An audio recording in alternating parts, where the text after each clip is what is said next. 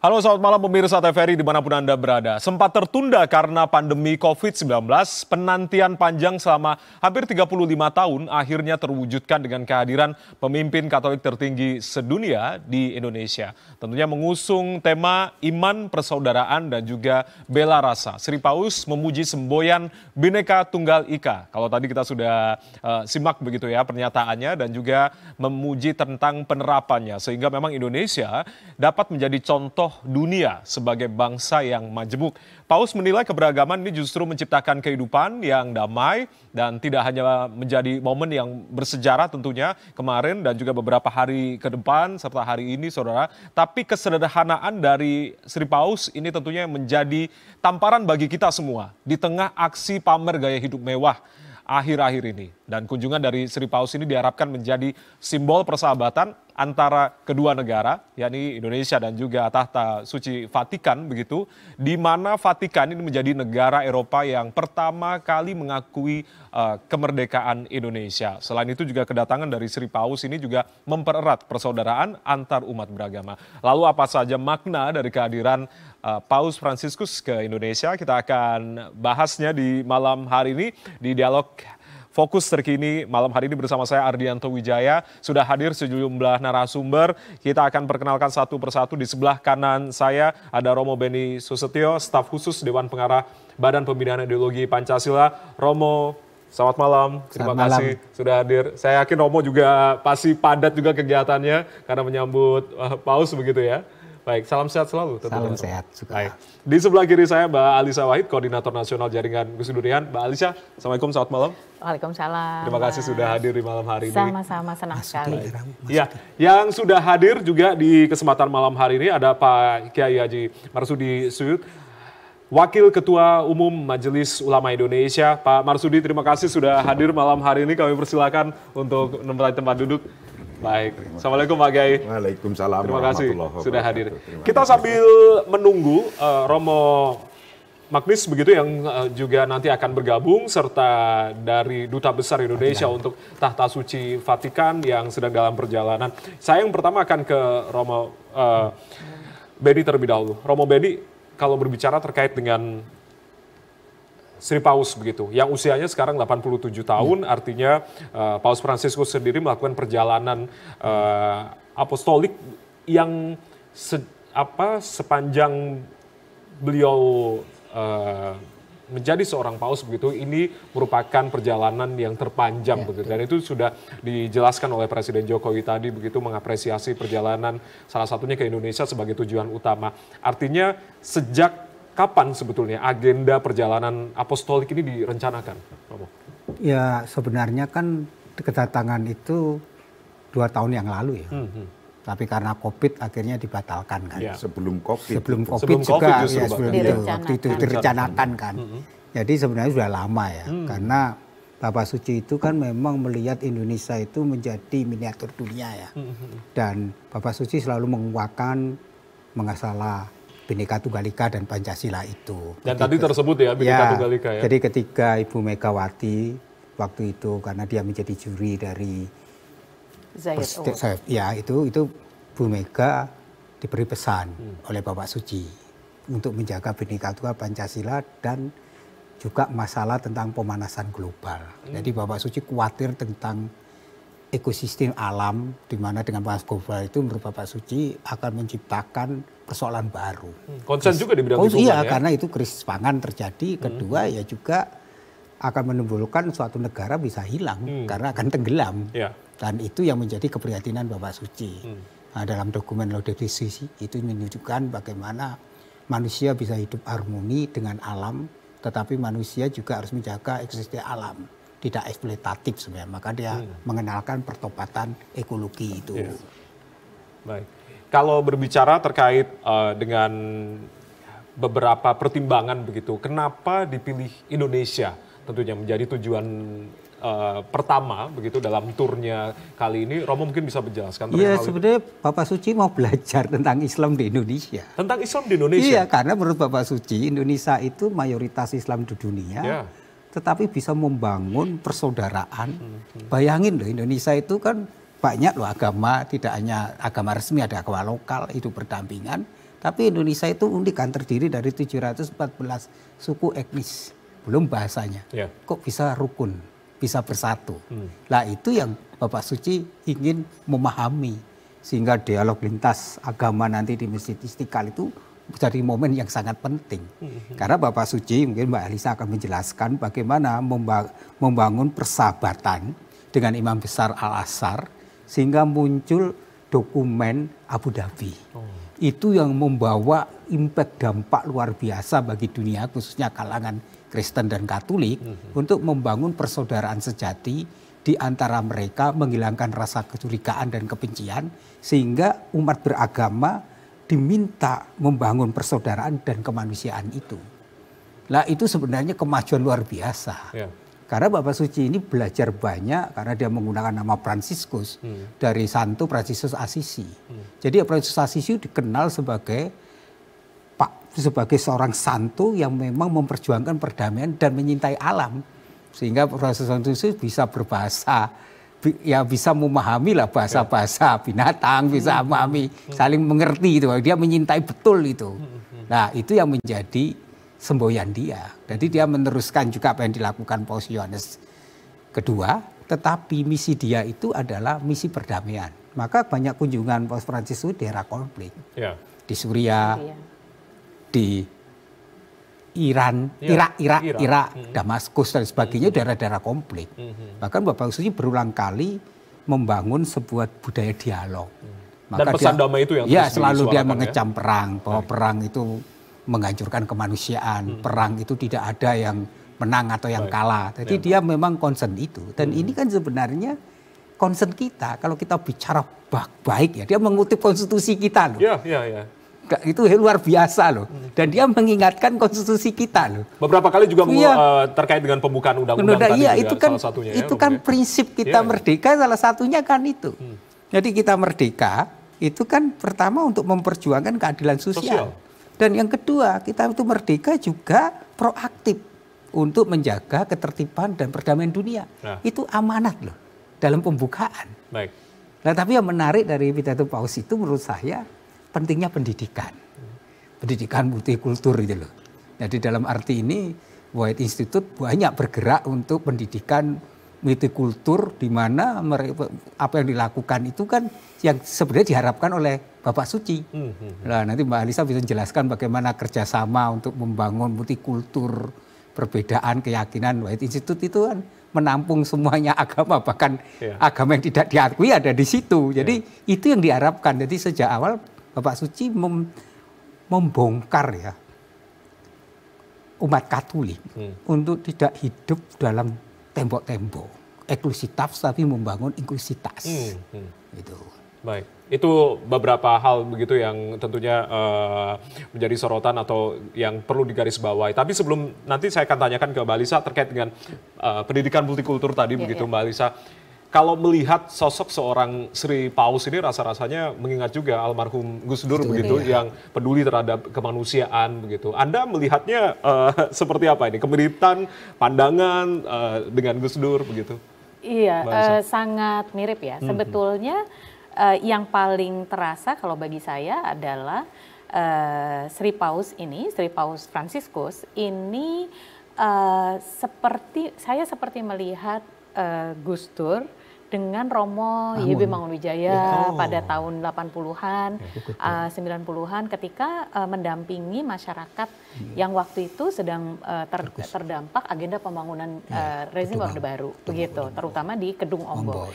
Jadi kalau kita melihat Paus Fransiskus, karena beliau memang berangkatnya dari Argentina ya Mas ya, jadi memang beliau itu hidupnya itu untuk melihat masyarakat begitu.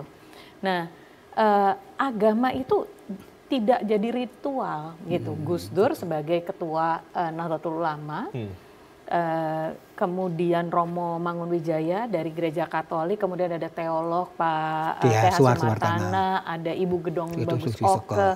Waktu itu tidak menjadikan agama itu sebagai ruang ritual belaka, tetapi agama itu harus hadir dalam kehidupan umat. Harus hadir di kehidupan umat. Iya, hadir dalam kehidupan umat. Sehingga beliau-beliau itu yang paling depan untuk melindungi masyarakat yang kira-kiranya mereka lemah atau dilemahkan oleh sistem, begitu.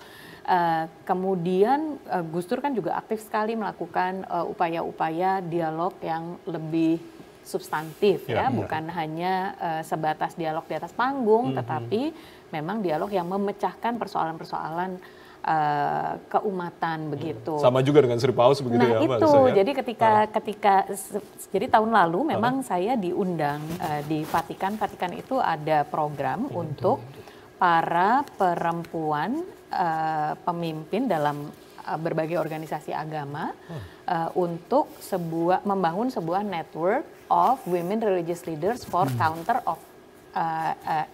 for culture of encounter. Nah, culture of encounter itu yang pesan yang sekarang dibawa oleh Paus sejak tahun 2020 terkait dengan ensikliknya yang terakhir ya, yang Fratelli Tutti gitu. Nah, di Fratelli Tutti itu memang yang diupayakan adalah persaudaraan sekemanusiaan gitu ya. Nah, ini yang saya merasakan betul, nggak cuman dialog dalam hal pemikiran teologis, tetapi bagaimana kemudian menjawab persoalan yang lebih konkret di masyarakat, begitu. Ini yang mengingatkan saya pada Gus Dur. Jadi agama menjadi sumber gerakan untuk mendapatkan keadilan itu, gitu. Agama menjadi panduan untuk membangun kehidupan seperti apa sih di masyarakat ini. Jadi kehidupan yang memberikan ruang untuk semua, yang berpihak kepada rakyat, bukan berpihak kepada penguasa, yang penuh kesederhanaan itu. Jadi ketika Paus Fransiskus hari-hari ini memukau rakyat Indonesia dengan kesederhanaannya, itu tuh bukan pencitraan. Bukan pencitraan karena sejak dari Argentina sudah begitu. Paus Fransiskus itu sejak menjadi kardinal di Argentina, dia dikenal sebagai slum bishop gitu, uskup kaum kumuh gitu, uskup daerah kumuh, karena memang menugaskan para romo itu dan para suster untuk benar-benar mendampingi masyarakat di Kumuh. Jadi memang dari dulu gitu beliau itu sederhana. Jadi saya jadi ingat Gus Dur itu nggak pernah punya dompet gitu. Kemana-mana cuman berbekal berbekal kantongan isi kaset wayang, tapi nggak membawa apa-apa, baju juga seadanya begitu ya. Rasa-rasanya ini menjadi tamparan keras begitu di tengah aksi flexing sana sini begitu ya, Mbak Alisa ya. Dijemput apapun dengan kendaraan apapun begitu. Iya. Masih ingat. Ini kemudian mengingatkan kita untuk jadi hidup sederhana. Bahwa sebagai pemimpin kita perlu bersikap secukupnya. Tidak menggunakan kepemimpinan itu untuk memperpanjang kekuasaan, untuk mendapatkan keuntungan-keuntungan material atau duniawi, tapi menggunakan kekuasaan itu atau pengaruh dalam posisi kepemimpinan itu memang untuk kebaikan umat begitu, untuk manusia. Nanti Pak Marsudi pasti bisa menjelaskan ya. Tapi kalau Gus Dur misalnya, Gus Dur itu selalu berpegang pada satu kaidah. Kalimatnya itu begini, tasarruful imam ala ro'iyah manutun bil maslahah. Semua keputusan seorang pemimpin haruslah untuk kemaslahatan rakyatnya gitu. Nah itu yang saya lihat ada pada Paus Fransiskus sekarang ya, karena beliau memang menghidupi sosoknya Santo Fransiskus dari Assisi gitu. Jadi semua kalau kita baca ensikliknya itu semuanya kemudian merujuk ke Santo Francis. Ya Assisi ya, mulai dari yang keluarga Lumen Fidei itu ensikliknya, lalu yang kedua Laudato Si yang terkait dengan iklim, kemudian yang ketiga yang Fratelli Tutti ini. Luar biasa begitu apa hal-hal yang kemudian bisa tapi ada kesamaan juga loh dengan Paus Fransiskus. Gus Dur itu kalau mendapat uang bukan untuk dirinya loh. Ada orang diberi loh. Itu saya tahu sendiri tadi di dompet itu orang beri terus ada orang datang langsung diserahin tanpa ngitung loh. Iya. Itu kesederhanaan ini. Kecuali kalau anaknya yang minta. Kalau anaknya yang minta gimana? Anaknya yang minta jawabannya begini. Ya nanti kalau Bapak punya uang, ada tuh Pak di laci. Itu uang titipan buat rakyat bukan untuk kamu. Luar biasa. Sosok negarawan sekaligus pemimpin panutan begitu. Saya langsung ke Kiai Marsudi. Pak Kiai berbicara terkait dengan kesederhanaan yang terpotret begitu dari menggunakan pesawat biasa charter, lalu juga menggunakan mobil yang biasa, duduk di samping pengemudi lalu melambaikan tangan begitu, dan ini menjadi bukan pencitraan begitu kata Mbak Alisa, artinya sebagai tamparan keras bagi kita semua di tengah gaya hidup mewah lalu juga aksi flexing sana sini begitu. Apa yang kemudian bisa dilihat dari cerminan seorang Paus Fransiskus ini, Pak Kiai? Bahwa beliau itu menunjukkan langsung, nyata di depan mata yang kita lihat, kita amati, yang padahal para mubalik, para kiai kita itu telah menyampaikan dai-dai kita untuk sederhana, untuk hidup apa yang sudah ada dinikmati apa adanya, tidak terlalu gersang. Yang belum ada itu rasanya itu kayak harus ada segunung emas di depannya. Dan itu ajaran semua agama saya kira. Iya, dalam konteks mengajarkan ini, agama-agama lain pun kita khususnya umat Islam mengajarkan yang sama demikian. Tapi ini menunjukkan di depan mata kita. Yang umumnya pada hari ini lagi flexing, lagi menunjukkan kegagahannya, lagi menunjukkan pakaiannya, menunjukkan haibahnya. Uswatun hasanah ini sesuatu yang memang nggak usah pakai kata-kata menunjukkan itu ternyata. Tidak usah pakai kalimat panjang, kata-kata panjang, yaitu dilakukan langsung, mereka akan melihat dan menilai. Setelah melihat, menilai, tinggal ikut melaksanakan. Tokoh itu perlu. Karena sesungguhnya orang mau berpakaian model apa, karena dia mengidolakan tokohnya. Levis potong-potong itu karena ada tokohnya dia yang levisnya potong-potong. Rambut yang macam-macam bentuknya karena pasti dia akan mengidolakan seseorang. Idola-idola yang semacam ini itulah sesungguhnya yang dibutuhkan di dunia di mana saja. Jadi memudahkan untuk kepada orang meniru, mengikuti dan meniru. Dalil-dalil itu nggak perlu kalau sudah kayak gini kan, dalilnya udah muncul sendiri. Oh, di agama kita begini, oh di begini. Itu ketika demikian, itulah yang dibutuhkan pemimpin saat ini. Saat ini dibutuhkan yang demikian, tapi betul-betul bukan kayak tadi disampaikan juga oleh Mbak Alisa, performan pencitraan doang. Gitu, kira-kira gitu hari ini. Ya.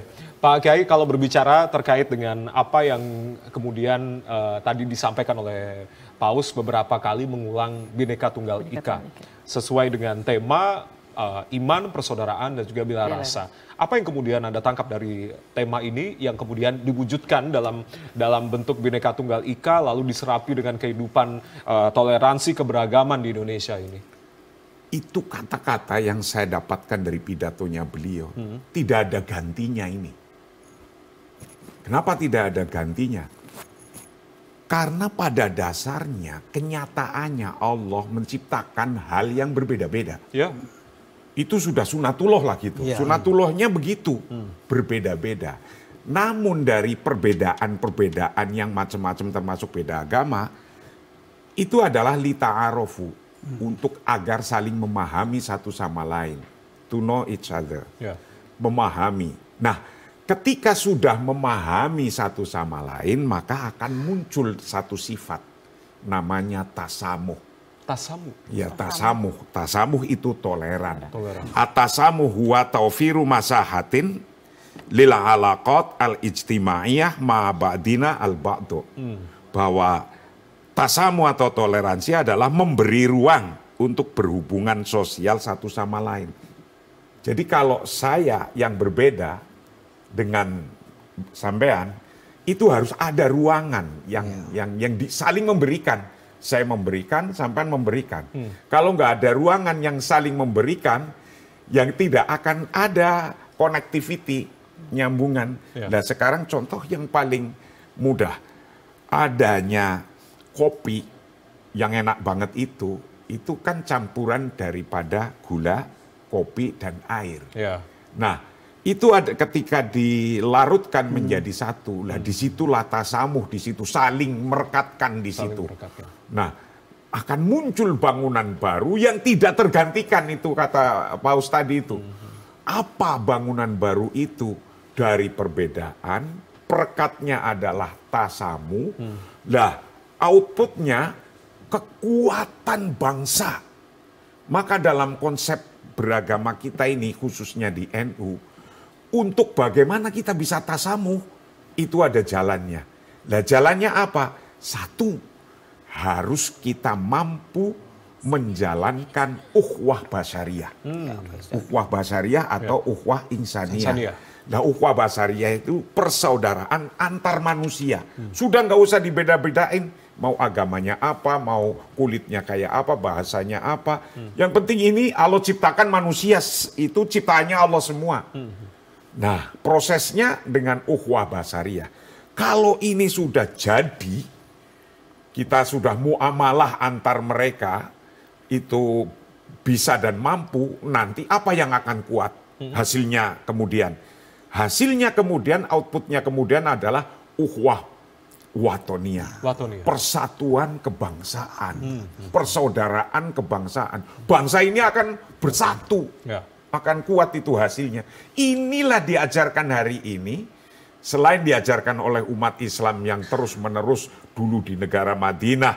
Di negara Madinah kan umatnya beda-beda. Ada Islam, ada Nasrani, ada Yahudi, ada Majusi. Tapi ketika sudah sepakat membuat sebuah negara, maka undang-undangnya bunyinya begini. Waman lahiqu bihim wajahada ma'ahum innahum ummatun wahidah. Artinya, barang siapa yang sudah sepakat membuat negara bersama-sama dari background yang berbeda-beda, tapi sudah sepakat wajahada ma'ahum dan mau berusaha bareng-bareng, berusaha bareng-bareng untuk memajukan negaranya. Sebutannya ini loh yang hebat, sebutannya innahum ummatun wahidah. Mereka yang beda-beda itu disebut bangsa yang satu. Bangsa yang satu. Ini umatun wahidah, ini sebutannya lu top banget itu. Dan itu juga sudah nggak ada sebutan yang lain, sebutannya bangsa yang satu sudah.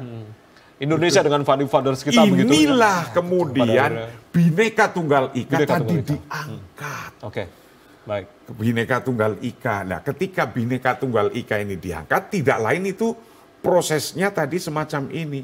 Lah, diangkat lagi, walaupun ini Bhinneka Tunggal Ika, dasar intinya tadi pembukaan Undang-Undang Dasar ya? 45. Baik, itu dasar sekali ini. Baik, luar biasa. Itu, luar itu juga biasa. sempat disebut. Saya ke Mbak Alisa, memaknai Bhinneka Tunggal Ika yang ternyata Romo, saya nanti akan konfirmasi begitu, di setiap kunjungan kardinal-kardinal, mungkin Mbak Alisa juga sempat bertemu dengan Paus begitu, ini Pancasila dan juga Bhinneka Tunggal Ika itu benar-benar dikenal begitu di Vatikan.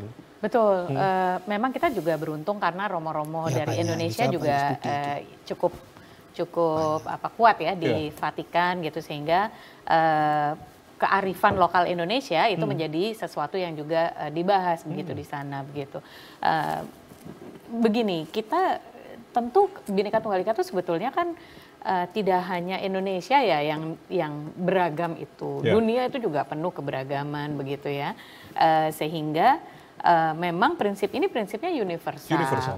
Hanya ketika kemudian dibawa dalam konteks negara dan bagaimana Indonesia kemudian bisa menjadi model bagi dunia itu, memang Indonesia jadi unik gitu, jadi sangat khas, apalagi terutama karena Indonesia itu didominasi oleh masyarakat Muslim, tapi negaranya negara republik, bukan negara agama begitu. Itu sementara kalau kita lihat dari hasil penelitian global, negara-negara yang penduduknya menganggap agama itu penting, itu semakin lama akan semakin sedikit. Tapi Indonesia itu selalu di atas 90%, Mas. Gitu. Jadi di Indonesia itu bangsa itu penting, kebangsaan itu penting, tapi agama juga penting.